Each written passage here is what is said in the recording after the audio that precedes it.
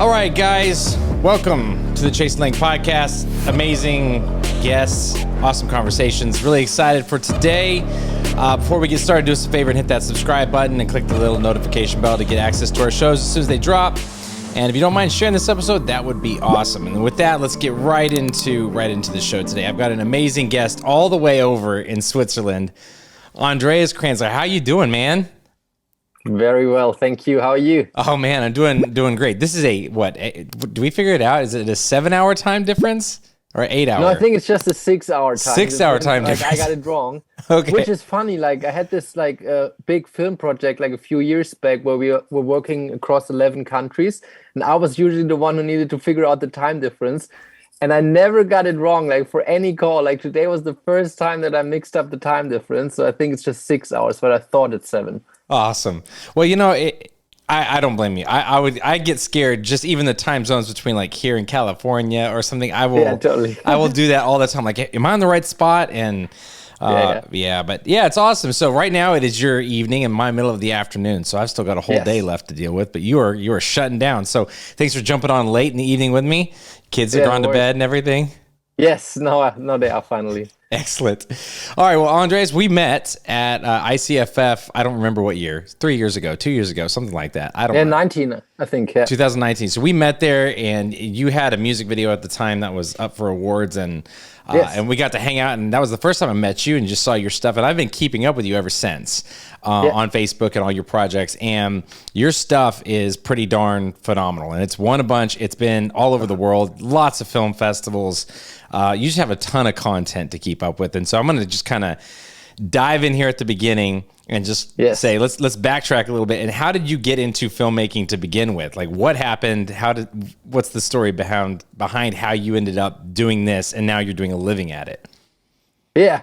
So I'm kind of like from a artistic family. So my grandpa already was an actor, like theater actor. And then my dad did almost like any creative job there is. Like he was some point like a professional drummer, graphic designer, a chief editor of a magazine, a photographer, an actor as well. Lots of different things. So it was kind of like, I don't know, like destined that I would go into the art like field at some point. And like already like in school plays, I got like roles and parts and stuff like that. And anyone just assumed I would be doing that. And yeah, I pretty much did. So like I first started with acting. And I studied acting. So my like background or the original thing that I was heading towards was acting. But already in my acting school, I was mostly known for helping my peers with their performance rather than working on my own performance. So then like when we had the final talk, like with like all my like teachers and stuff like that, like all of them pretty much said, hey, you should go towards directing. That's probably more your destination or whatever. And then I did. So after acting school, I never did much acting, like every once in a while a little bit, and I enjoy it, but it was pretty obvious that directing and writing is more my path. So that's kind of how I got into it. Yeah. So how did you, was it just you were able to see stuff in other people's performances and you just could see how to correct it? Or like, what is it that kind of got you in that zone of watching other people and then seeing like, hey, I can fix this or make this a little better? Or what was that in your brain? So I think I always had that thing like in cafes or in public spaces where they just loved watching people and seeing like their reactions and stuff. And also like one thing that we also had in our family is we had movie night probably at least once a week or so, where really the whole family like sat together and watched the movie, and we would usually discuss it after. So it was usually not just like consuming like and then it's gone, but it was usually like there was some like talk about what we liked about it, what we didn't like, what we potentially would have done differently if we would have made the movie, and stuff like that. So I was like already from childhood on in that analytical how to tell stories or how to do movies and what is authentic or what not, what connects with me, what does not. And then later on always like observe people like in general, what do they do, what little habits or like tics or whatever do they have, or what does it tell about them or about their feelings, and almost like overdubbing in my head conversations when it's too far away that I can't understand, but I imagine what they would be saying and stuff like that. Probably like already got me into a zone where I was always thinking about, okay, why does this performance not fit yet? What does it lack? What does it miss? And then trying to pass it on to others. That's awesome. Yeah, I started a family movie night in our house now, and Great. it took several years. My wife is the kind of person that's just, she's either going to watch the movie and just be like, hey, that was, good, bad, whatever. Or she's going to fall asleep. One of the two things will happen. But my kids are now getting in more and more into it, where they're starting to understand story structure and things like that. Yeah. So they'll start pointing out things from movies, and it's funny because it's like my wife always gives me this look like, you are ruining our children in the movies because they're noticing things. There's no longer just a straight enjoyment of the movie. It's always like, what would Daddy point out in this? I think that's a great thing to do, though, especially for me. I would say, more than any other, like learning from film books or maybe even from film classes, I think just watching and analyzing films is probably the most beneficial thing to do in learning, the filmmaking process and stuff, because you just get so much out of that. So that's an awesome practice, and your family kind of just molded you into this little analytical directing machine. That's awesome. All right, so before we leave your acting stuff, so I've seen you act just because I can't remember what you're doing. You're doing something for the church, which we'll get to that in a little bit. But just tell me a little about, like, what do you enjoy about acting, and like when you started doing that process, do you feel like that made you a better filmmaker in the end, or what did you enjoy out of it, or what did you not enjoy out of it? Oh, that's a bunch of great questions right there. So nowadays, like what I really enjoy about it is that, like, once you did like some directing and or producing, acting feels very like you can just focus on this one thing. I just need to play this role. I just need to get into it. And there's not all this like tons of responsibilities that's also like on your shoulders, and like some guy who wanted to bring like the hazer like didn't show up, or like all those problems and stuff. And when it's acting, it's just like, I don't care about anything. I'm just in the zone. And I love that, I don't know, single-mindedness that the acting kind of like brings with it compared to directing or producing or stuff like that, where you have to have your head in so many different things at the same time. Yeah. And back in like already in the past, like I love like just like to get into characters, like different like mindsets, and like really trying to explore what would it be like if I would be this kind of a person. How would that feel like? How would I move? How would I act? And like all that stuff. And like from a director's perspective, it's more that like third eye perspective, almost that God perspective, where you really like zone out and look at everything from above. Was as the actor, you're in it, you are it. Right. You're not like just theoretically thinking about it. You are getting into that part, that role, that scene, which is amazing. So I also really appreciate it. And that's what probably like, especially at the beginning, has drawn me to it. That also really feels like playing most of the time. It doesn't feel like work or like anything that's really exhausting. I mean, it kind of is, but it's that kind of exhaustion that at the end of the day, you still feel like quite good, or like it's that positive exhaustion where you do fall into your bed and you fall asleep, but it's a good, you fought a good battle or whatever. Yeah. But that's some things that I really like about it. Yeah, I enjoy acting. I'm definitely not as much of an actor as I am and director and making of the films, but I always enjoy watching different actors. They have their own processes that they go through. Yeah. A buddy of mine, James DeWitt, I would see him on set. He would have his little binder with the script and his notes of whatever he had, and he'd always be like sitting Indian style somewhere, like off in the grass, away from everybody, with his little binder, and he'd be just staring at it, so tranquil. And meanwhile, like the set is crazy, and we're trying to keep this all stuff going. And the clock is always running. We're trying to get stuff done. And then we'd be ready for him, and he'd come over and just do his part. And I was like, man, that is the gig. You just sit over there, just zone out, show up, you play this part. And I'm sure he would say it was a lot more effort than that, but it sure looked like a lot of fun just to sit over there and just ponder all those questions while the rest of the set looks frantic. So anyway, as far as filmmaking goes, there's a lot of parts. We've got the beginning, post-production, then you got production. The whole thing is just a giant chain of things that have to work to make a film. And so I noticed that I have my favorite parts, but I thought, what are your favorite parts of filmmaking? Where is it that you love these parts, and then what parts are your least favorite? Well, that's interesting.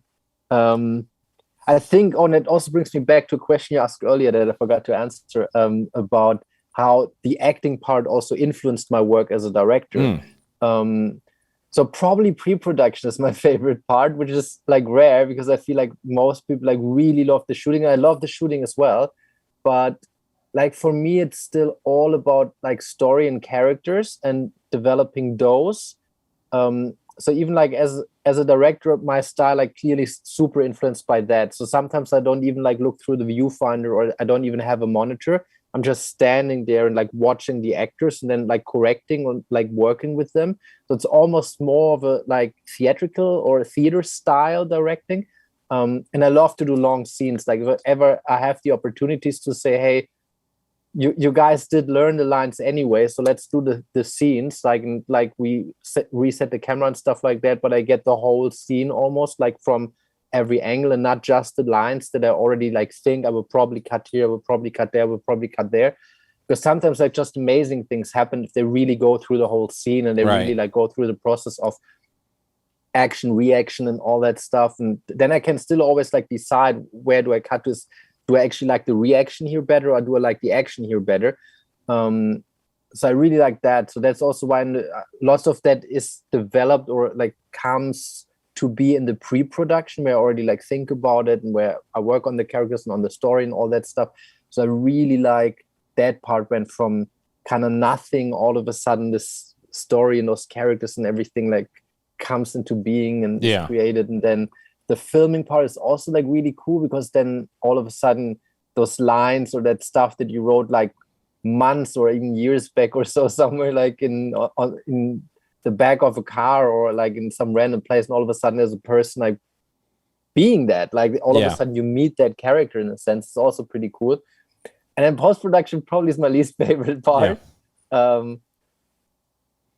Again, because I'm not very technical. So that part, like also like most of the time, if I have a good like script and storyboard and stuff like that, I usually don't sit with the editor. But I really like handing over my material and letting him do it. And then I get like drafts and then I will like feedback to that. But most of the time I wouldn't sit with the editor and like more and trust him.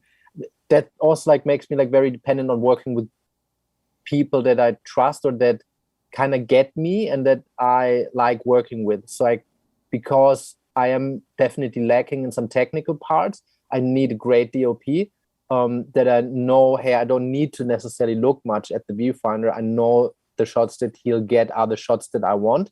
The same with the editor. I know the editor cuts it in a way that I like it, and he gets kind of like my vision and my style. So I don't have to sit next to him and tell him like every single cut he needs to make. But I know he makes something even better than my vision is. So that requires me definitely to need very strong people on the set and in the editing suite. Yeah, I definitely can relate to both of those things, really, because I love, if you're like me, by the time we're actually filming something, I usually have the script like memorized. I've worked on it so much that I have every line, every character. I know what they're going to say. But there is something super magical about when you're starting, you roll the camera, the actors are there, and then they start acting this thing out, like you said, that's been in your head. And all of a sudden, especially when they bring things to it that you're not expecting, that you're like, oh my gosh, that is really amazing. And you just couldn't really, it's like finding little bits of gold that you just didn't plan on. I always just love that. I love seeing that when it plays out and when people do things, you're like, oh my gosh, that is so good. I can't believe, So I love that. That's probably one of my favorite things on set. For me, I don't like pre-production as much, just because I feel like I'm not a natural detail-oriented person. If I could just have the ability to just work just with the actors, that would be amazing. But usually, I'm tied up in like 50 different ways doing stuff and trying to keep track of everything as well. And I probably just need more help on that regard. In post, the only thing I don't like about post-production is it just, no matter if you're working with the editor or not, for me, it's like everything just slows way down. I don't like sitting in front of a computer all day, but that's usually what, you're in. You end up in small rooms, dark rooms for hours and hours looking, reviewing, cutting, and it definitely slows it down. But I'm with you. I like the magical of seeing it come to life, seeing where your lines come out. You can see when a line works really great versus when a line, falls. If you need to change it on the spot, suddenly it just makes it easy to see it. You couldn't see it before until people start saying it, and then and now you know what works and doesn't. So do want to talk a little bit about, I know for you, you've done a lot of work in the Christian space, so to speak. And you've also done a decent amount of work that I would say is outside the Christian space now. And so I thought, as a unique perspective, what would you say that you've learned from the industry as far as the Christian side goes? And then how does that relate to, I guess, I don't want to say secular, but, outside the Christian space? Like, how do you see the two relating? What's different about them? What do you enjoy about them versus the other, and so on? One thing that I'm also like teaching every once in a while, and one thing that I'm often like talk about, especially when it comes to the storytelling, is a huge disadvantage, but you could have that with any like big topic or subject, is that when you are really like into it, there's like, aside from like certain like I don't know, like lingo and like just like words that like people use and wouldn't necessarily understand outside of that subculture, there's also like lots of things that you just, if you know something, like let's say football for now, you know everything. Wait. Are we talking about your football? Or are you talking about our football? Doesn't matter. So you know the rules, right? And if you watch like a movie about it, like even if people don't really like get into the rules, again, you fill the gaps because you know the rules, so they don't have to explain it. So if there is kind of like holes in at least like the way how the game and the rules are presented, you will maybe not even like recognize those holes because you know the rules. And it's the same with like often like in Christian storytelling, because many people are so into that, for probably like born into it, so they don't know anything but.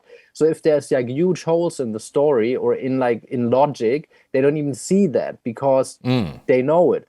And usually the audience also is probably like part of that like of the same subculture, so they as well, they don't really see the holes. But as soon as an outsider comes in who has nothing to do with that, he will point out very quickly, or he will just like go away, that there's like huge gaps, or I don't get this, or this is not very good. Like there's no like whole cycle. I don't understand this motivation, because you didn't explain it to me. And I think that's something that often like in a secular market or whatever, because like you don't have that like inbuilt like this audience and those like people that are totally into the subject and know pretty much everything, or at least lots about it. You don't assume that stuff, so you really tell the whole story. I can't leave any gaps, because if they don't get this, I lose them. And they don't feel obliged to me in any way. They don't feel like, this is this nice kid like from Sunday school, I need to watch this movie even if it's crap. They will not watch it if it's not good. They wouldn't watch like a commercial music video or like a short film about like a topic. Why should they? So I feel like that's one of the huge differences, that you really need to fill those gaps, and you really need to tell complete stories, and you can't assume anyone already knowing anything or having already subscribed to the same faith or ideology or whatever, but you need to really do your homework and need to be a bit more precise.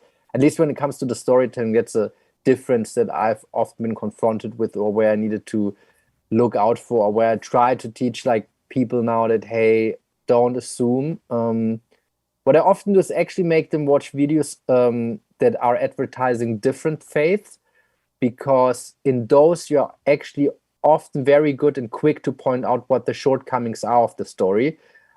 But then if you would watch like stories that maybe your church or that like the organization you're a part of has made, they might have the exact same flaws and the exact same weaknesses, but you don't see them, because again, you're filling those gaps. So to really study and getting into, hey, how can I eliminate the gaps, how can I tell actually really good and whole stories that make sense to anyone watching it, no matter if they instantly say, oh, I want to become a part of this now. Maybe they won't, but they will at least get it, and therefore like have a different kind of respect as well for your work. Yeah. Would you say then that maybe the Christian space is often less critical, and that is why some of this stuff kind of goes through the cracks? 'Cause like you said, like they're not looking for it, because in general, I'm just curious if you think that maybe it's because it's a faith, element in the story, that the then faith community says, oh, well, it's this, and so we just kind of give it a pass because we already align with it, right? We already agree with that viewpoint, so we're like, yeah, we give it a pass, and it goes. But if it's not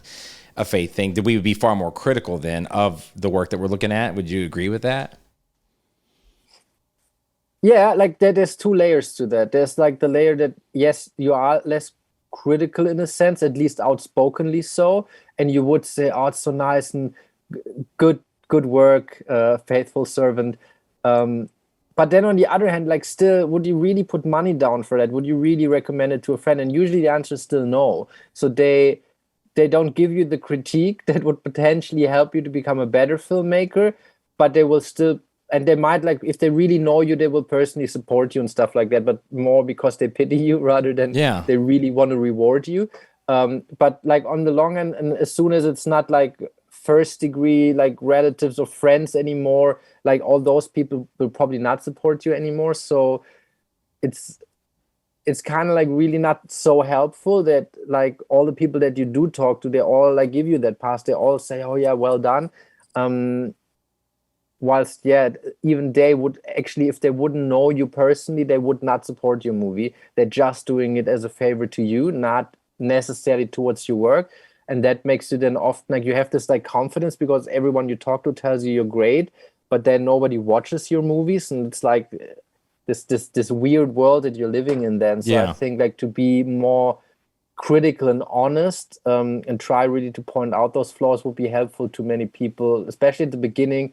Or sometimes you're then in this like small fishbowl, like at the beginning, and like in there it still works because you know the people, it's for a small audience, it's cool. And then when you really like try, because you feel also so pumped up from all the compliments you've been getting over the years, to get into the like next bigger pond, then all of a sudden like nobody cares about your work or they hate it, and you're completely confused why everyone always told me it's good what I'm doing, but it never was. They just like were not like brave or honest enough to actually like tell you, hey, this is not good, you need to do better. I'm trying to swing it the other way. I'm trying to get all the bad compliments I can right now, so I'm collecting quite a bit.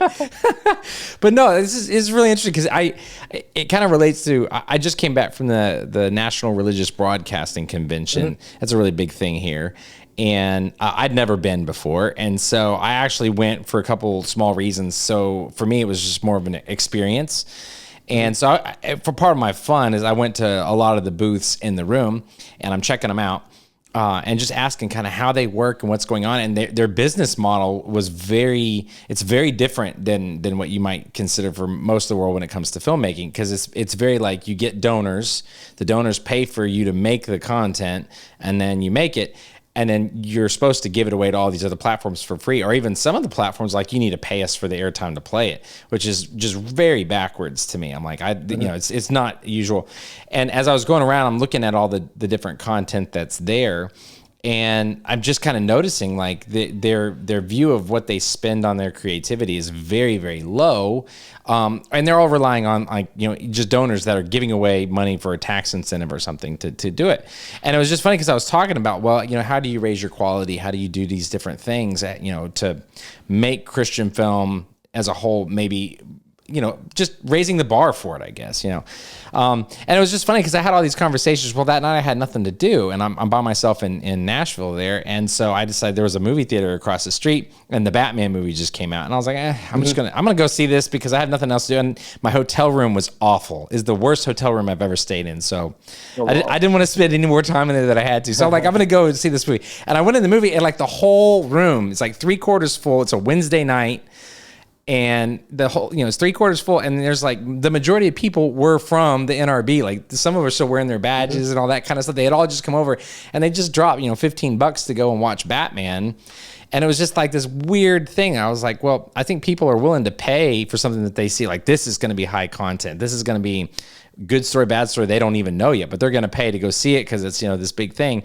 But then when you go back across the street, everyone's talking about like, oh yeah, you know, this low budget. Yeah, we can, you know, try to do something. And it's a weird dichotomy happening. It was hard to really put my finger down on like, what is happening here? And the conversations are just so different. So anyway, what you say kind of reminds me a little bit of how I'm just trying to experience that. Let's jump into I don't know how your story ultimately got you to working at ICF Church there.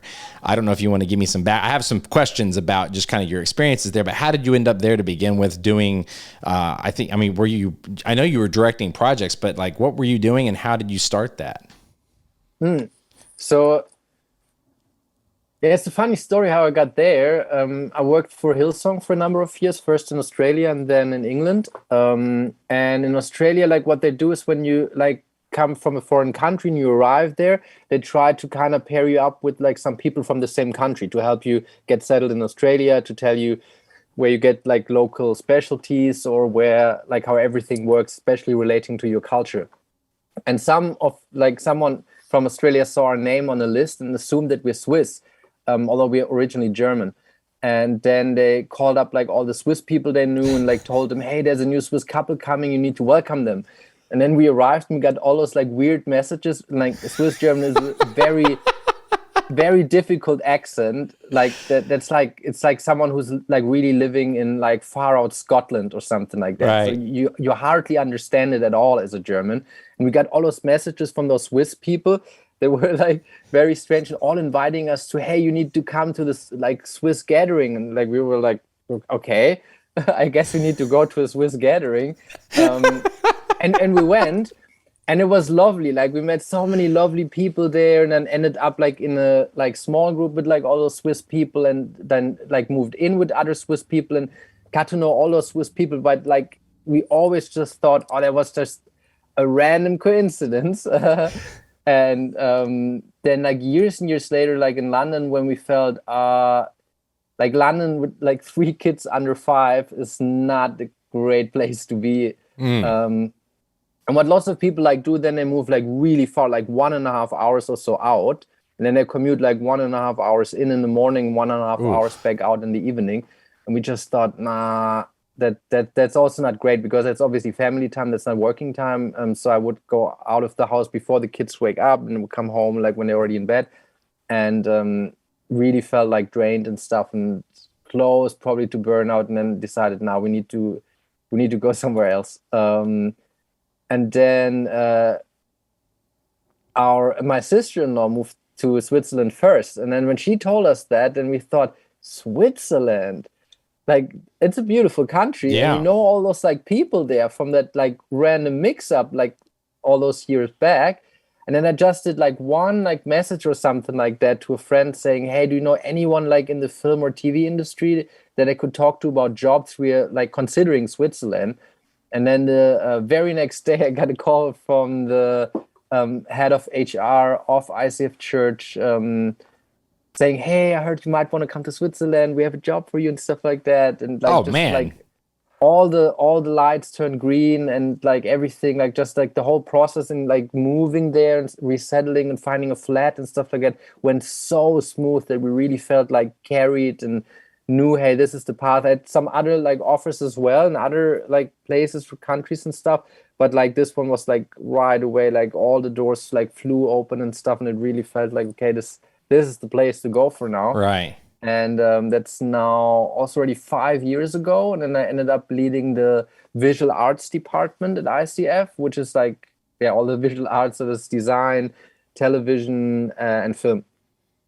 So you were a really busy guy. I mean, I know you were because I saw a lot of your work. You were doing, I mean, you had creative videos. You had some that were like, I think they were like live performance acting. I think you were in some of those. You had quite a few music videos, all of which your quality is just top notch. Like I was impressed, from a distance, but still like super impressed. Your work was just really high-end work there. So how did you develop as a filmmaker while you're doing all these kinds of jobs and working on these kinds of projects? I mean, one thing definitely, there's a few things. So I think it's when you really like get it, like probably any art, it's really important that if you want to like really flourish in that you are really into it, so that it's not just like, hey, I work from like 9 to 5 and between those hours I might like watch some content to get inspired or whatever, or I might analyze some content and might do some like extra learning or watch tutorials or whatever. But it really comes down to like you basically like not stopping to work. So whatever happens, like even if I see a painting or so somewhere, like I will probably, if it speaks to me, store it somehow in some way, or I might literally like take a picture or so, or have my archive folders on my computer and store like lots of stuff that is like somehow inspiration, somehow helpful to me. So whenever I then like actually need something, I can draw from that. So I don't have to come up with something. Hey, you need to do something, come up with an idea till like next Wednesday, and then I need to like start going through Vimeo or YouTube or whatever.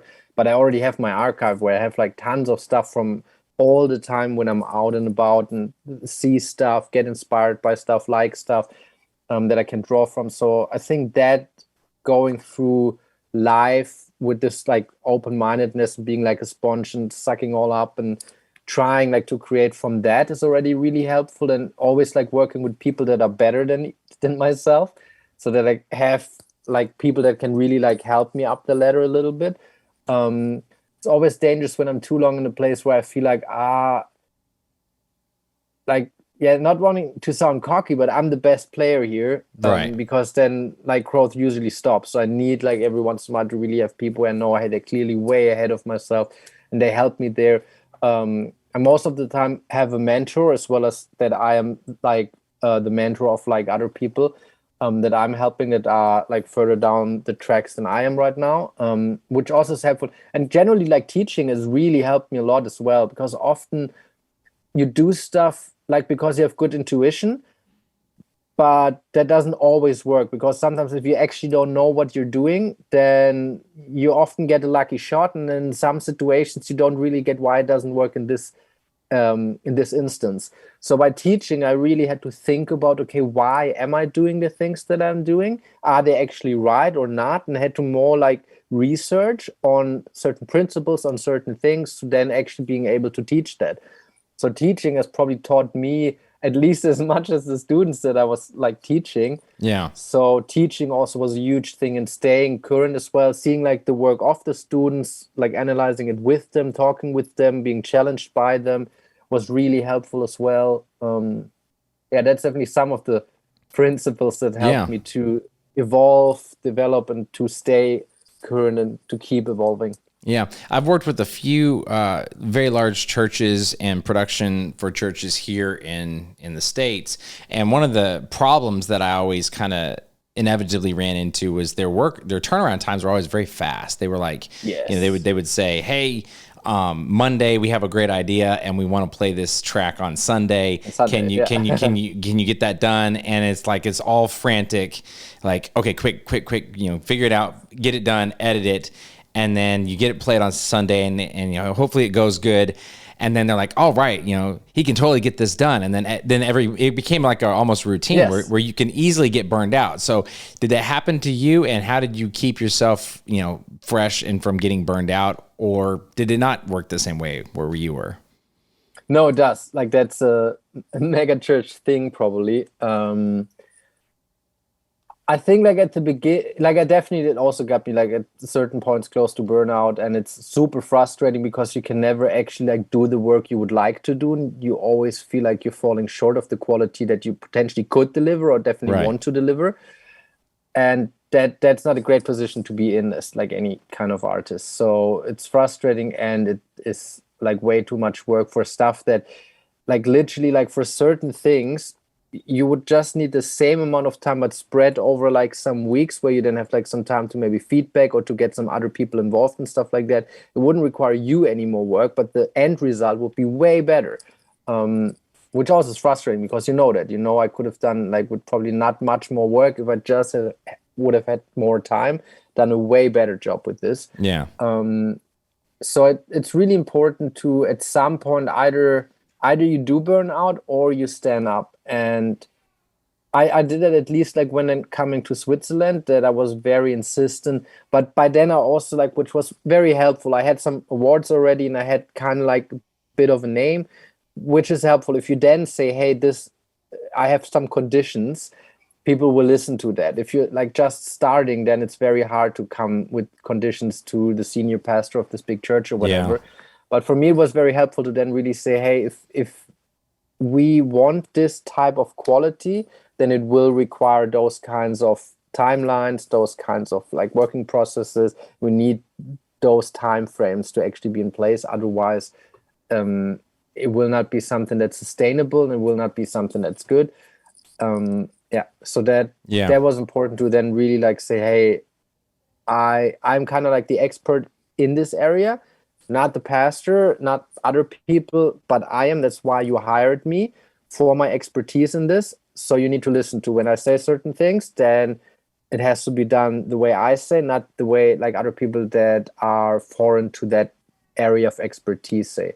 Yeah, that's probably really, really wise, because I think that for me has been a consistent thing about, it's one of the reasons I don't help in churches with their video stuff anymore, because they might find out, hey, you do film stuff and you want to help. And I'm always like, no, man, I'd love to, you're doing great. But yeah, I think that, you know, if you don't have a good system in place, it's just so easy to get burned out. So wise words there, man. I have a few other things I want to talk about, and so we're going to try to jump around and hit some of these real quick. So you were at ICF Church for a while, and then here not so long ago you left, and you started kind of like a new chapter, which I saw that. I didn't know all the details, but I do know that you ended up working with Roar Visuals. And so tell me a little bit about what you're doing now with them. I've seen some of your work, which I want to talk about, but how did you end up doing that, and what are you doing for them? So it's a like really cool little agency doing lots of commercial work, but also some documentary work here in Switzerland. And that's actually one of the guys I already met in Sydney. So I already met him in Sydney. So Sydney was great for you, man. You met everybody you needed. Yes. And so then, and I worked like for a little while with him at ICF, and then he left already like a few years ago to start like building up Raw Visuals. But we stayed in contact, and every once in a while like did freelance gigs with him. And as soon as I finished my contract at ICF, then there was an opportunity ready to go for me to help out there.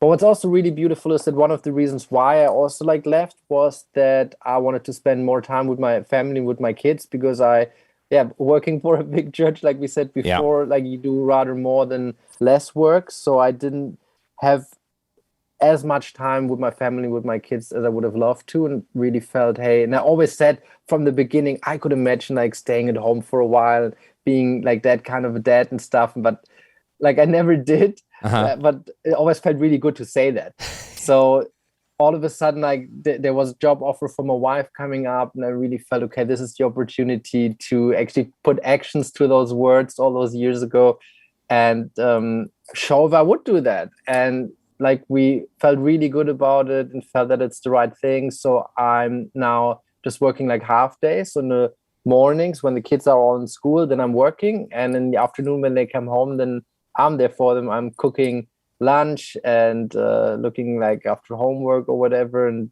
spend time with them and really enjoy that. And if there's like babysitting options and stuff, and like especially the school holidays is when I do most of my shooting at the moment, because my wife is then at home. But at the moment it's a really cool season to still do like lots of like great creative work with Raw Visuals, as well as having more time generally with the family and with the kids. That's awesome.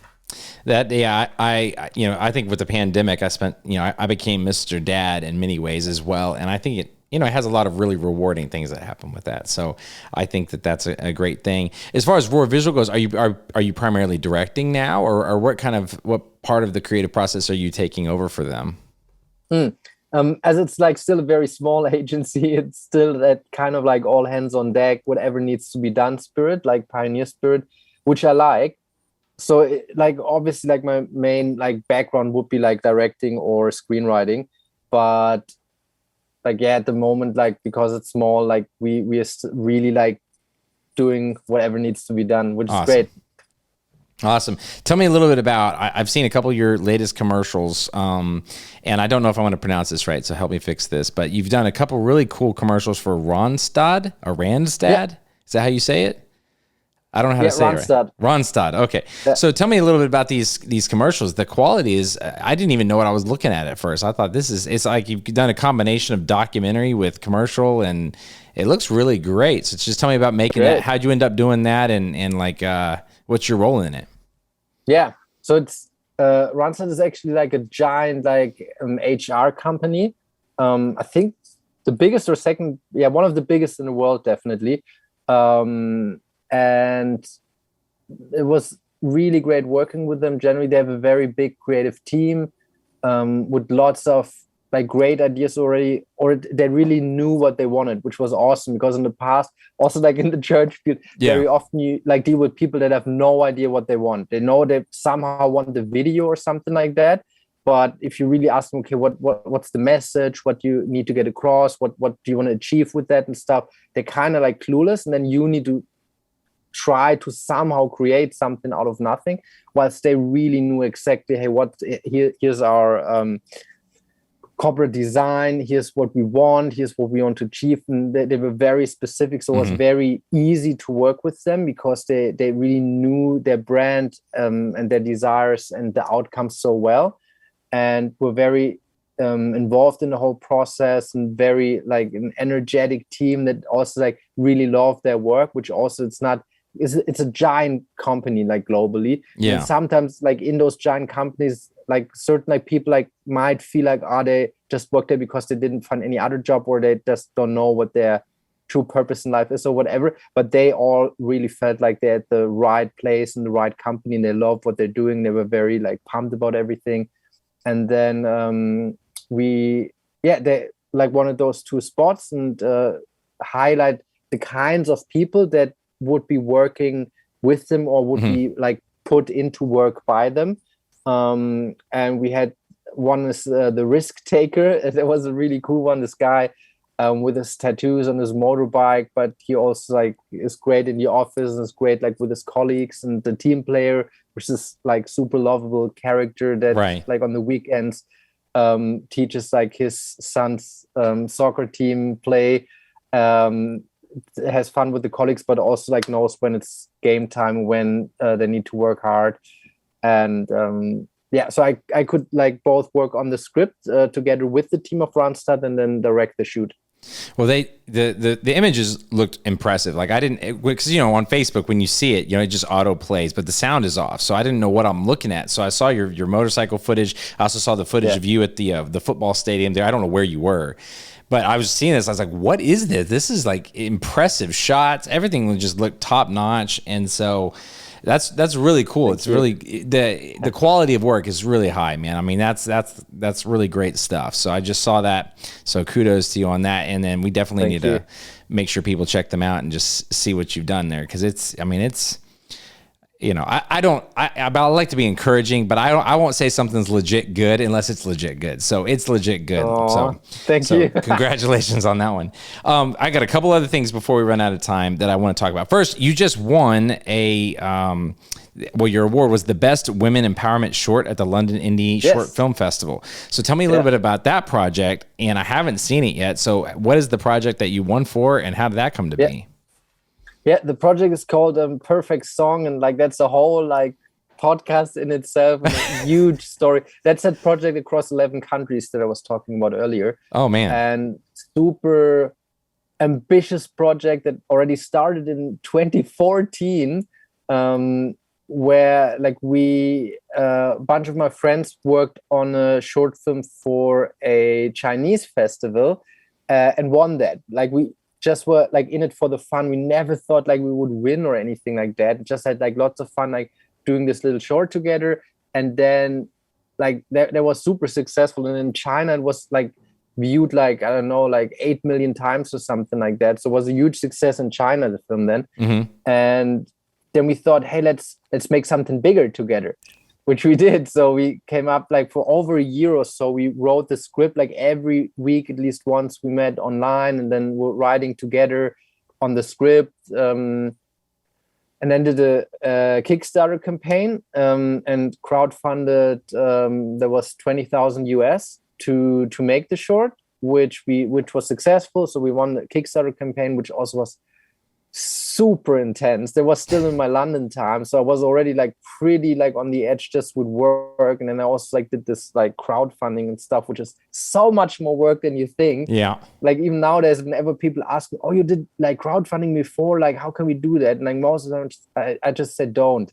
because it's like it will probably like be more work than actually doing your homework and go to like some film fund or to find like again a donor or like do it some other way, because it's like a lot of work if you actually want to succeed.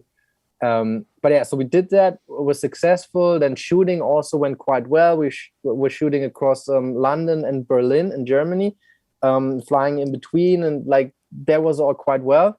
But then in post-production, like the whole thing just fell apart. It was horrible. It took us, so 2016 we shot it, and end of 2020. So it took us like 4 years to edit the thing. Like for like lots of a variety of reasons, like kids were born, people like all of a sudden became super successful, which is awesome. Like all of a sudden made like score music for like big for the Justice League movie and stuff like that, and like did huge projects. And like it was really hard to finish that edit, but then finally it came out. So that's that project Perfect Song, which still is in the like festival like circulation and should be released later this year hopefully, and started to receive some awards, and amongst them the best women empowerment short, which is awesome because that was from the beginning kind of the goal of the film. So actually getting, I mean, it's also awesome to win like best short film awards and stuff, but this is specifically what we wrote the short film about, or what we wanted to achieve with it. So to really get an award that specifically honors the like main target was like very, very great, or like a really like big reward for us.